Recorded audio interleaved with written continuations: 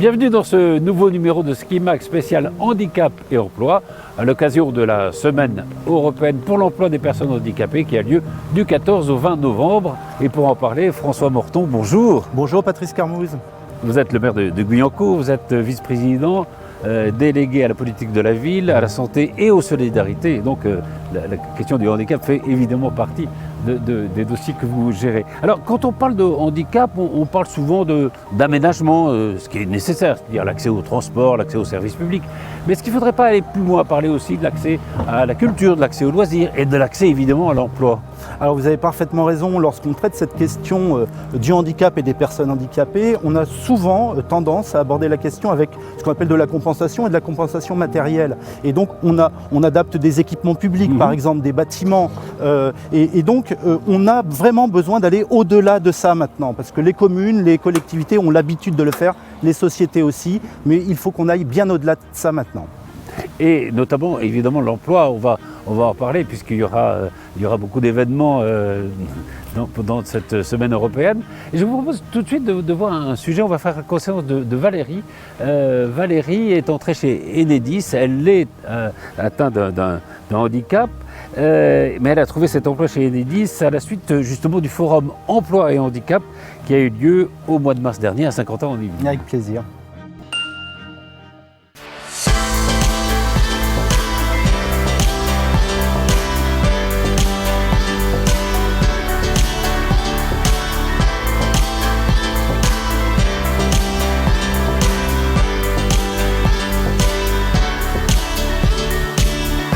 La médecine du travail est passée ce matin pour voir un petit peu comment on pouvait aménager mon poste de travail pour que mon environnement soit plus confortable et plus adapté à ma pathologie.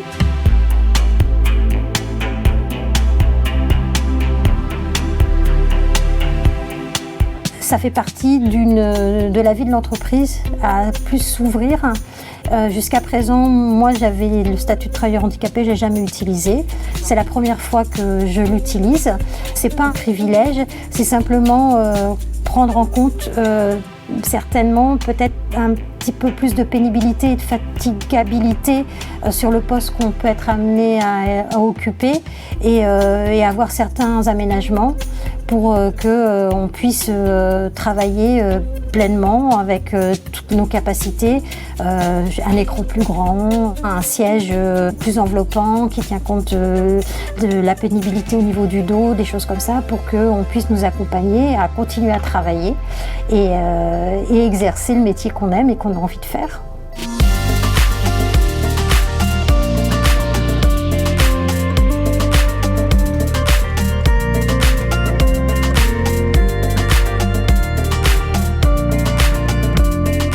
Chez Enedis, ma reconnaissance de travailleur handicapé a été demandée vraiment en fin de processus de recrutement.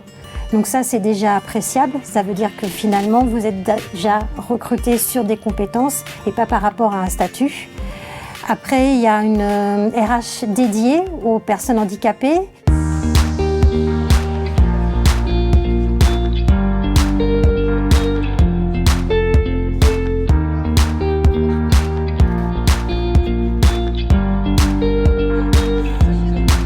Le forum d'emploi pour les personnes handicapées qui a eu lieu au Vélodrome, les entreprises qui sont là recherchent des profils. Ça représente une réelle opportunité et des vraies rencontres entre les entreprises qui demandent et les gens qui recherchent.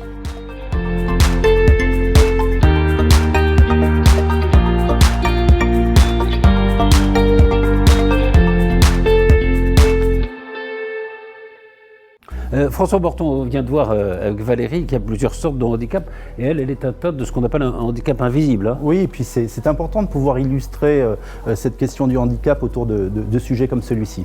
Ouais. Alors, vous dites vous-même que sur ce territoire, à Guyancourt, vous prenez soin de proposer aux personnes handicapées un cadre qui est à la fois exigeant, mais qui est aussi bienveillant. Ça veut dire quoi concrètement? Alors, il est essentiel, effectivement, lorsque l'on accueille une personne en situation de handicap, puisqu'on parle aussi d'emploi et d'emploi aussi dans Bien les sûr. collectivités, d'avoir à la fois cette exigence, comme pour n'importe quel salarié, n'importe quel travailleur, hein, je crois que c'est important de remettre cette personne en situation de handicap autour de l'emploi et dans l'emploi, et en même temps d'avoir procédé auparavant à une vraie analyse des besoins pour pouvoir effectivement l'accompagner et l'aider au quotidien. On va parler de cette semaine européenne de l'emploi du 14 au 20 novembre. Il y a notamment le duodé, le 17 novembre. Ouais. Qu'est-ce que c'est le duodé? Alors le duodé, on fabrique des duos, des binômes, je devrais dire, mais je pense que le terme de binôme D était peut-être compliqué à dire, mais le duodé, c'est effectivement une personne en demande, en recherche d'emploi, en situation de handicap, hein, puisque tel est le cas, qui va être associée durant toute une journée avec un salarié d'une entreprise qui va lui faire découvrir le métier, voire plusieurs métiers, parce que l'idée aussi peut-être de découvrir plusieurs métiers dans lesquels il pourrait se retrouver ensuite.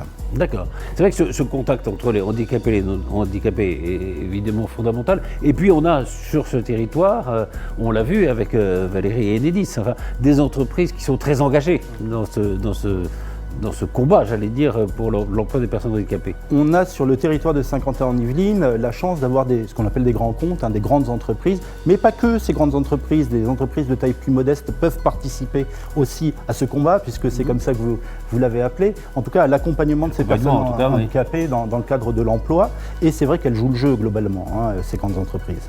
Globalement, vous diriez que la situation est meilleure aujourd'hui pour des personnes en situation de handicap?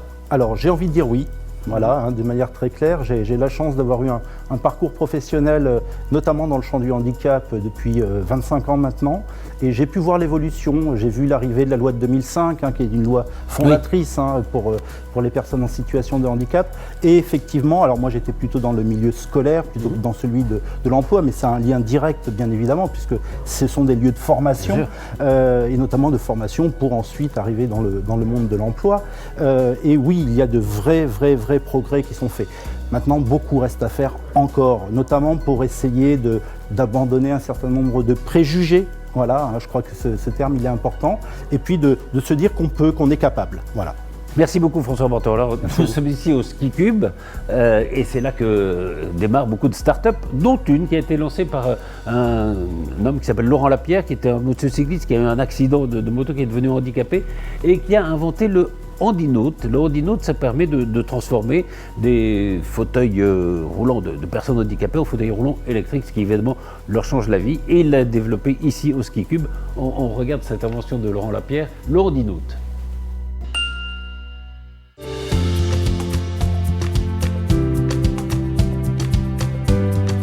On est parti de rien, hein, en gros de 3 slides et d'une idée. L'idée est née d'un accident que j'ai eu il y a 5 ans en moto qui m'a mis en fauteuil.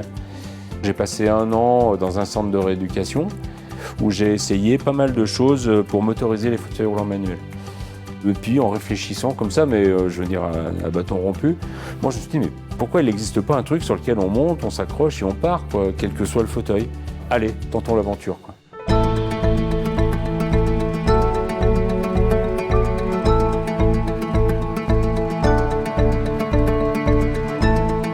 C'est le Handinote qui sera disponible dans des centres commerciaux.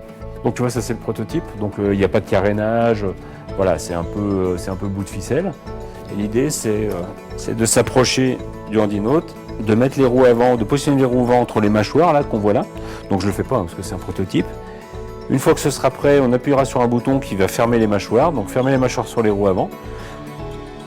La platine va se relever, on attrape le guidon, on part. L'idée, c'est que ce Handinote soit personnalisable, dans un premier temps en couleur d'une entreprise, mais pourquoi pas dans un deuxième temps, quand le particulier pourra l'acheter, personnalisable vraiment à ses goûts. Hein. Si on revient sur un univers moto-vélo, par exemple, bah, si je suis moto, je suis peut-être plus Harley ou Guzzi ou Yamaha, ou etc.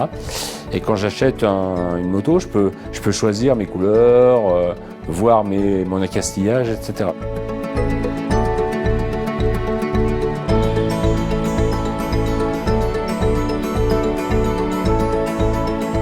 c'est pas parce qu'on est dans le handicap qu'on a besoin de solutions uniquement pratiques.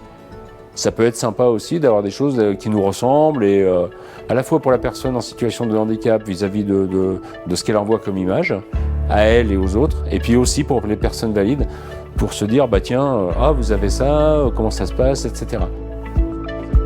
Quand on attaquera le particulier, pourquoi pas de faire des séries limitées, avoir des matières différentes, ou voir des formes ou des couleurs différentes. Je le fais un peu à l'américaine, où les Américains ont une devise qui dit « Think big », pensez gros. Si on se dit aujourd'hui c'est que la France, et qu'on a un concurrent qui se dit c'est pas mal et qui s'implante en Europe et dans le monde alors qu'on aurait pu y aller, là ça va être frustrant. Et puis on verra bien.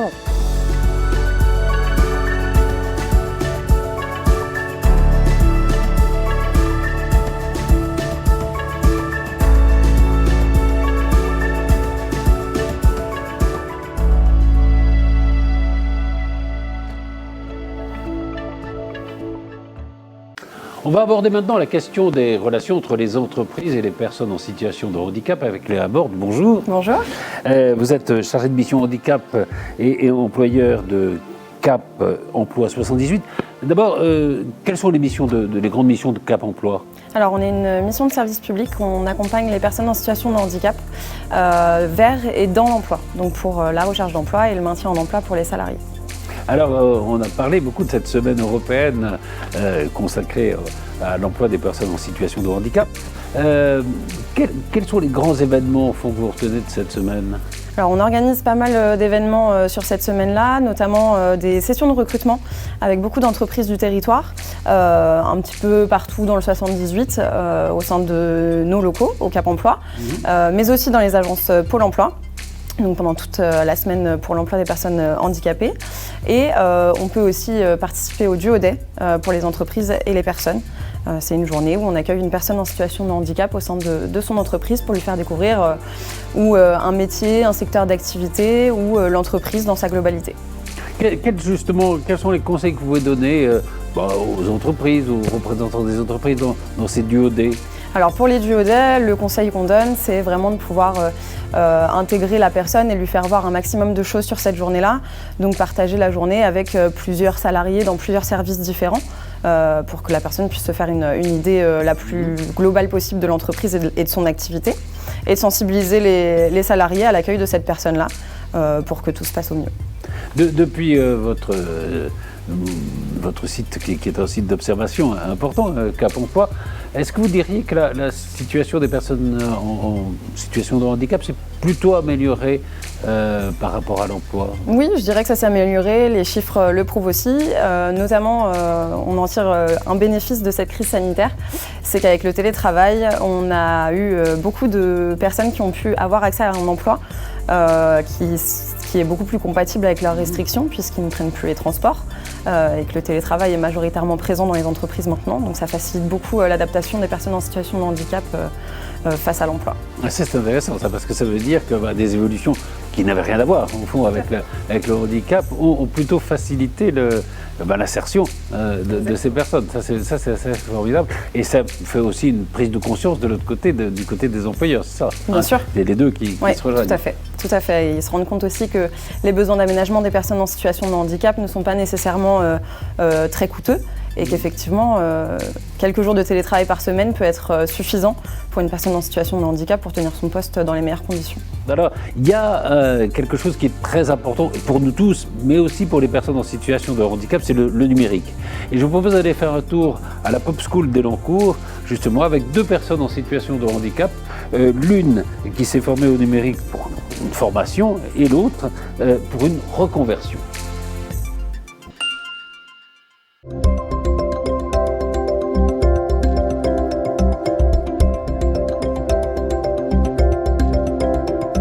Avant, j'étais menuisier. Je me suis finalement blessé au dos, dû au port de charge. Et c'est pour ça que maintenant, j'ai voulu me réorienter vers les bureaux d'études, donc dans le numérique. À l'heure actuelle, dans le bâtiment, ça évolue énormément, à la fois sur le 2D, mais aussi sur le 3D. Donc c'est vraiment pour ça que j'ai choisi cette formation-là, pour vraiment performer dans cette direction.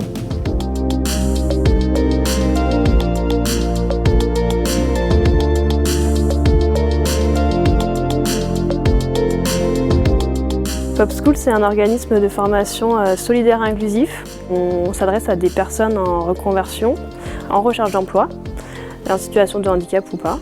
Et on forme toutes ces personnes au métier du numérique, puisque ce sont des métiers qui recrutent et sur lesquels il y a vraiment des gros besoins de techniciens plutôt. Donc ça va être des personnes qui vont être opérationnelles tout de suite.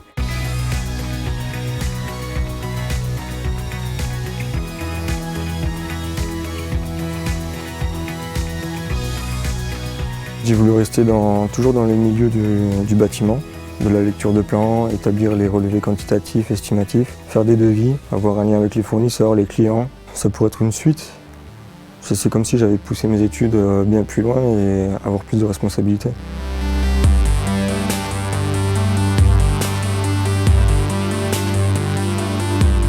C'est pas évident de se dire qu'on va aller demander un statut de travailleur handicapé pour travailler. Surtout si on a un handicap qui n'est pas visible extérieurement. Et je ne pense pas que ce soit ça que je vais mettre en avant. Il vaut mieux mettre en avant, à mon avis, un professionnalisme, un savoir-faire, ses compétences. L'employeur, lui, sa première motivation, c'est d'avoir quelqu'un qui lui donne un travail efficient.